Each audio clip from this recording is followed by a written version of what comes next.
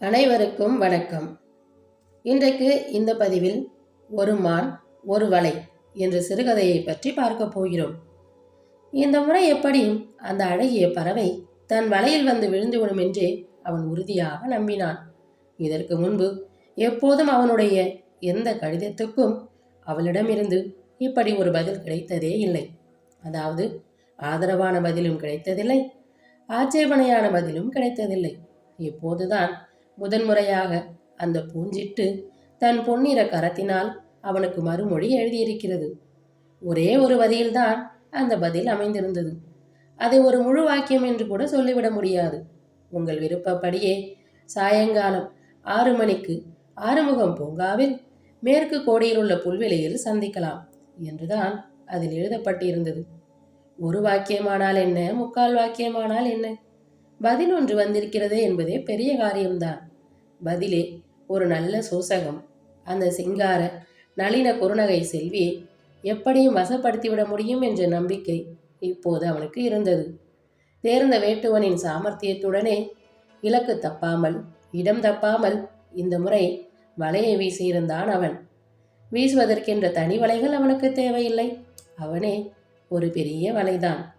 தன்னை பற்றிய சக மாணவர்களும் கல்லூரியின் விரிவுரையாளர்களும் பேராசிரியர்களும் மறைவில் ஒரு திணிசாக பேசி சிரிப்பதும் தனக்கு கோயில் காளை என்று பட்டப்பெயர் சூட்டியிருப்பதும் அவனுக்கு தெரியாத விஷயங்கள் அல்ல.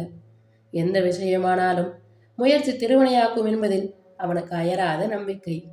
ஹாஸ்டல் செலவுகளுக்கும் பாக்கெட் மணிக்கும் மாதா மாதம் பிறந்தால் 1000 ரூபாய் செக் அனுப்பி வைக்கிற பணக்கார தகப்பனுக்கு ஒற்றைக்கு ஒரு மகனாய் இருக்கிறான். கொஞ்சம் தாராளமாக செலவு செய்தால்தான் குடிமூழ்கியா போய்விடும்.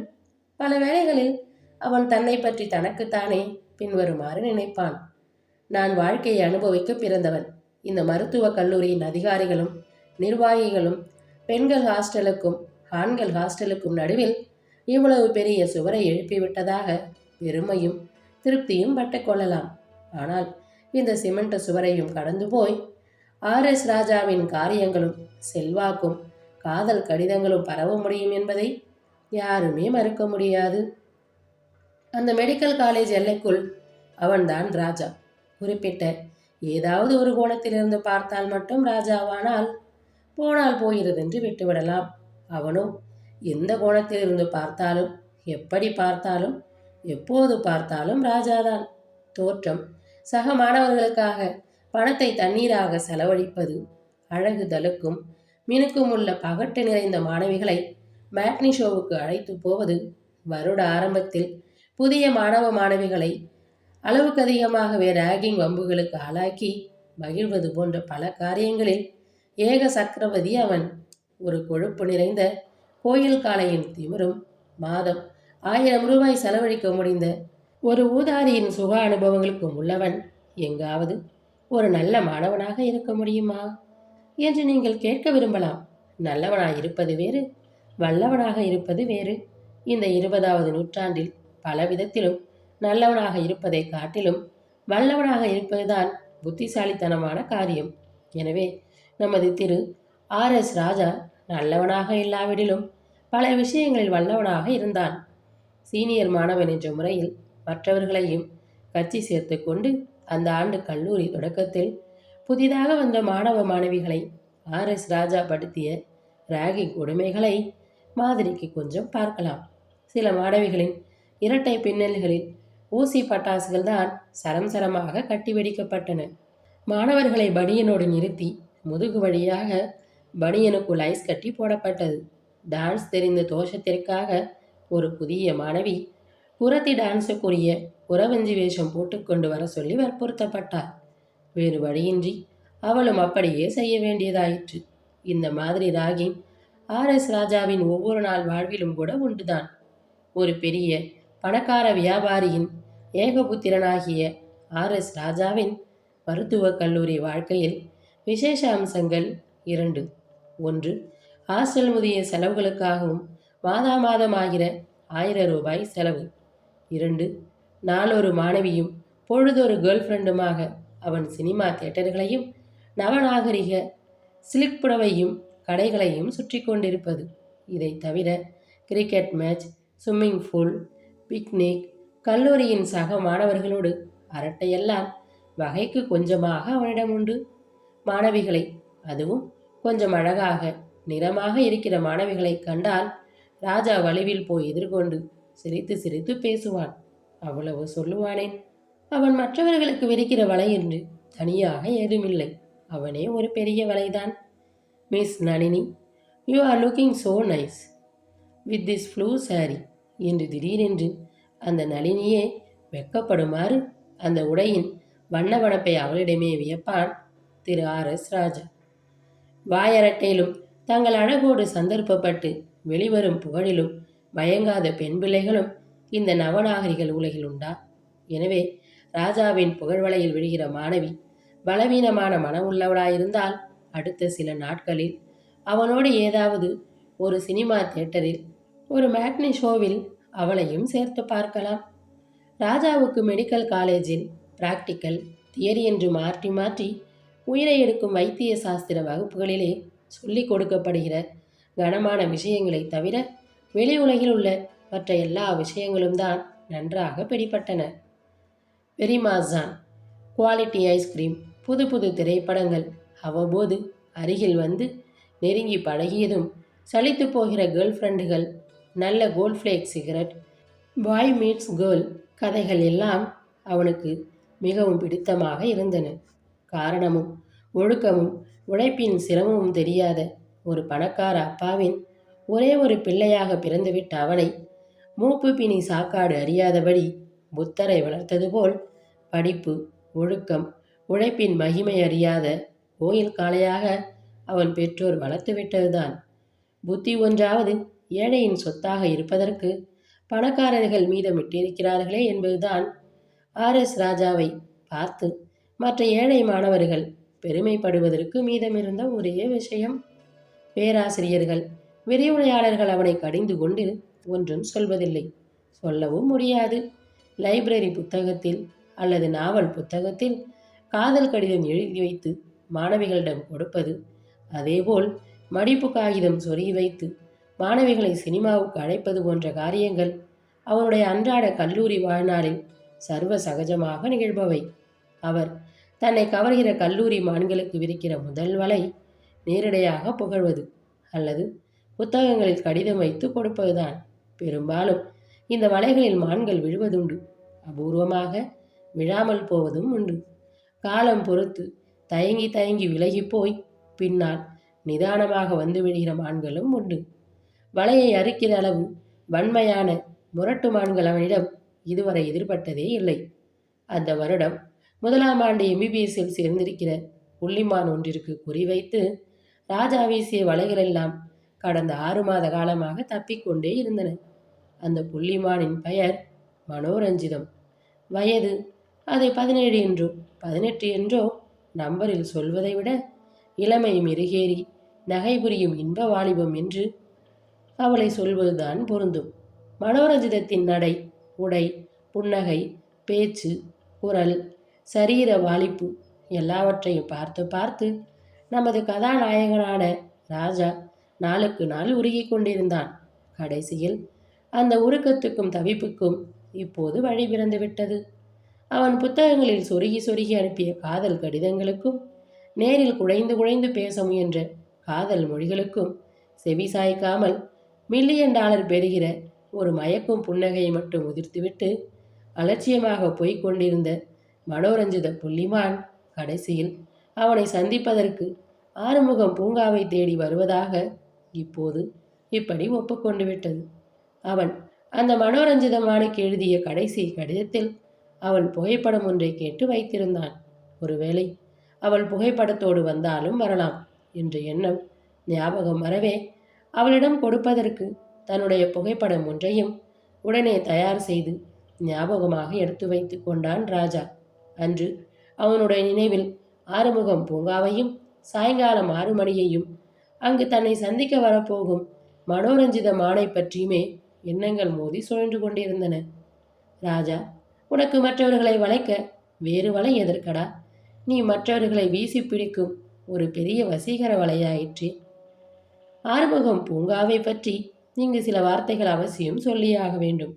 அந்த மெடிக்கல் காலேஜ் கட்டிடங்களின் வலது பக்கத்தில் பெண்கள் ஹாஸ்டலுக்கும் மாணவர்கள் ஹாஸ்டலுக்கும் பின்புறமாக உள்ள சந்து வழியை கடந்து 10 அடி நடந்தால் எதிரே தென்படும் இந்த பெரிய பூங்காவின் முக்கியத்துவம் அந்த கல்லூரியின் ஒவ்வொரு மாணவனுக்கும் புரியும். அந்த காலேஜின் லவ் மியூசியம் அல்லது லவ்வர்ஸ் பார்க் இதுதான். அந்த நகரில் எந்த காலத்திலோ முனிசிபால் சேர்மனமாக இருந்து மறைந்துவிட்ட யாரோ ஒரு ஆறுமுகத்தின் பெயரையே அந்த பூங்காவுக்கு வைத்திருந்தார்கள். வகுப்புகளுக்கு மட்டம் போடுகிற மாணவர்கள் போய் உட்கார்ந்து மற்ற மாணவ மாணவிகளிடம் அரட்டை அடிக்கிற இடமும் இந்த ஆறுமுகம் பூங்காதான். சில நாட்களில் வகுப்புகளிலே அட்டெண்டன்ஸ் நிலையும்படி பிரசன்ட் போட வேண்டுமானால் ரெஜிஸ்டரை இந்த பூங்காவுக்கே எடுத்து வந்துவிட வேண்டும் போல நிலைமை அவ்வளவு மோசமாகிவிடும். சுருக்கமாக சொல்ல வேண்டுமானால் ஆறுமுகம் பூங்கா அந்த மெடிக்கல் காலேஜின் பிருந்தாவனமாக இருந்தது. மாணவர்களாகிய கோபாலர்கள் கோபிகைகளை நாடும் கலியுக பிருந்தாவனமாக ஆறுமுகம் பூங்கா விளங்கி வந்தது. அன்று ஒரு வெள்ளிக்கிழமை மேற்படி சுபயோக சுபதினத்தில் சரியாக சாயங்காலம் 6 மணிக்கு படிய வாரிவிட்ட தலையையும் நன்றாக ட்ரெஸ் செய்து கொண்டிருந்த தோற்றமும் ஒரு காதல் கதாநாயகனுக்குரிய சகல லட்சணங்களுடன் ஆறுமுகம் பூங்காவின் தென்திசை கோடியில் யமன் திசையில் பிரவேசித்தான் நமது கதாநாயகனாகிய ராஜா. மிஸ் மனோரஞ்சிதம் அங்கே அவனை எதிர்பார்த்து தயாராக காத்திருந்தாள்.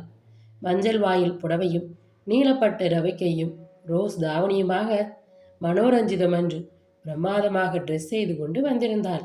அவளுடைய $1,000,000 ஸ்மைல், அந்த கவர்ச்சி குறுகை அவனை வரவேற்றது. அவள் அருகே ஒட்டினார் போல அமர்ந்து கொண்டு, ஓய், you are looking very nice today என்று வழக்கம் போலவே கம்பீரமாக ஆரம்பித்தான் ராஜா. அவள் அதை அவ்வளவு சுவாரஸ்யமாகவோ லட்சியம் செய்தோ கேட்காவிட்டாலும் போலியாக நாணுவது போல் நடித்தாள். கையில் கொண்டு வந்திருந்த சிறிய காகித உரையை பிரித்து தன்னுடைய புகைப்படத்தை அவள் புல்தரையில் மௌனமாக சிரித்து கொண்டு எதிரே எடுத்து வைத்தவுடன் தனக்காகத்தான் அவள் அதை கொடுக்கிறாள் என்று எண்ணிக்கொண்ட அசட்டு ராஜா உடனே தன்னுடைய சட்டை பையிலிருந்து தனது புகைப்படத்தை எடுத்து அவள் படத்துக்கு பதிலாக மாற்றிக்கொள்வது போல் புல்தரையில் எதிரே வைத்தான். அவன் தன் படத்தை எடுத்து எதிரே வைத்ததை பார்த்ததும் அவள் பொறுக்க முடியாமல் கொல்லென்று சிரித்து விட்டாள். அது ஒரு $50 மில்லியன் பெறுகிற சிரிப்பாக இருந்தது. என்ன மிஸ்டர் ராஜா, விளையாடுகிறீரா நீங்கள்? வருகிற மாதம் நம் மாணவர் யூனியனிலிருந்து க்ஷயரோக நிவாரண நிதிக்காக வெளியிடப் போகிற சிறப்பு மலருக்கு கட்டுரை கொடுப்பவர்களும் புகைப்படம் கொடுப்பவர்களும் உங்களிடமே தர வேண்டும் என்று முந்தா நாள் சர்க்குலர் வந்ததே, நீங்கள் அதை மறந்து விட்டீர்களா? நாங்கள் எல்லோருமே உங்களிடம் படத்தை கொடுக்க வேண்டியிருக்க நீங்கள் உங்களது படத்தை என்னிடம் கொடுத்து என்ன ஆகப் போகிறது? 2 படமும் உங்களிடமே இருக்கட்டும் என்றாள் மனோரஞ்சிதம். இதை கேட்டதும் ராஜாவின் முகத்தில் நிச்சயமாக அசடு வழிந்தது. அவன் தன்னுடைய 100% ஏமாற்றத்தை வெளிக்காட்டி கொள்ளாமல் மலரில் வெளியிட பிளாக் எடுத்ததும், உங்களது இந்த படத்தை நானே வைத்துக் கொள்ளப் போகிறேன் மிஸ் மனோரஞ்சிதம் என்றான் ராஜா. ஓ, பேஷாக வைத்துக் கொள்ளுங்கள் மிஸ்டர் ராஜா. இதோ இப்பொழுதே படத்தின் பின்புறம் உங்களுக்கென்று எழுதி கையெழுத்து கூட போட்டு தந்து விடுகிறேன் என்று கூறியபடியே அந்த படத்தை எடுத்து அருமை சகோதரர் மாணவ நண்பர் RS ராஜா அவர்களுக்கு என் நினைவாக என்று எழுதி சிரித்துக்கொண்டே அவள் கையெழுத்திட்ட போது ராஜாவின் முகத்தில் அசடு வழுவதி மாறி தீர்மானமாக 1/2 லிட்டர் ஆயிலே வழிந்தது. பரவாயில்லை மனோரஞ்சிதம், உங்களது படத்தை நான் உங்கள் ஞாபகமாக வைத்துக் கொள்வது போல் என் ஞாபகமாக எனது இந்த படத்தையாவது வைத்துக் கொள்ளலாம் என்று அவன் தன் படத்தை எடுத்து அவளிடம் நீட்டிய போது, நோனோ, வெறும் படத்தை சும்மா கொடுத்தால் எப்படியா? ஏதாவது எழுதி கையெழுத்து போட்டு கொடுத்தால்தான் நல்லது. இதோ நானே உங்கள் படத்தின் பின்புறம் எழுதியிருக்கிறேன், நீங்கள் கையெழுத்து மட்டுமாவது போட்டுக் கொடுங்கள் என்று சொல்லி 3வது முறையாகவும் $1 மில்லியன் ஸ்மைலை உதிர்த்துவிட்டு, என் உடன்பிறவா சகோதரி அருமை தங்கை மனோரஞ்சிதத்துக்கு என் பாசத்தின் நினைவாக என்று எழுதி, அப்படி எழுதியதை கையால் மறைத்து கொண்டு, ப்ளீஸ் இங்கே கீழே ஒரு கையெழுத்து மட்டும் போடுங்க என்றதும் ராஜா அவள் சுட்டிக்காட்டிய இடத்தில் உடனே கையெழுத்து போட்டு விட்டான். தேதியும் போட சொல்லிவிட்டு மற்றொரு $1 மில்லியன் ஸ்மைலை அவள் உதிர்த்தாள். ராஜா தேதியும் போட்டு கொடுத்த பிறகுதான் அவள் மேலே மறைத்திருந்த தன் கையை எடுத்தாள். உடன்பிறவா சகோதரி மனோரஞ்சிதத்துக்கு என்பது போல அங்கு எழுதியிருப்பதை பார்த்தவுடனே ராஜாவின் முகத்தில் இன்னும் 1/2 லிட்டர் ஆயில் அதிகமாக வழிந்தது. ராஜா முயற்சி திருவினையாக்குவதில் இப்போது இறுதியாக நம்பிக்கை இழந்தான். அந்தகோ அவனுக்கு உங்கள் அனுதாபங்கள் தேவை. இப்பொழுது அவள் தொடங்கினாள். பை த பை மிஸ்டர் ராஜா, நான் இன்னைக்கு உங்களை இங்கே சந்திக்க வந்ததே ஒரு முக்கியமான காரியமாகத்தான். அதை மறந்தே போய்விட்டேனே. பேரண்ட்ஸ் கிட்ட இருந்து மணி ஆர்டர் இன்னும் வரல. ஹாஸ்டல் ஃபீஸ் கட்டணும், ஷாப்பிங் வேற இருக்கு. ஒரு $100 பணம் அவசரமாக வேணும். உங்களுக்கு ரொம்ப இலகின மனசுன்னு எல்லோரும் சொல்லி கேள்விப்பட்டிருக்கிறேன். நீங்கள் அவசியம் இப்போவே தந்துதான் ஆகணும். 1 வீக்கில் அதை நான் திருப்பி தந்து விடுவேன் என்றாள். உடனே ராஜா தன் சட்டை பையிலிருந்து நல்ல சலவை நோட்டுகளாக 10 ரூபாய் நோட்டுகளை எடுத்து எண்ணி அவனிடம் கொடுத்தான். அவள் அதை வாங்கி கொண்டு ஒரு $1 மில்லியன் ஸ்மைலை 5வது தடவையாக உதிர்த்துவிட்டு, மிஸ்டர் ராஜா, நன்றாக கேட்டுக்கொள்ளும்.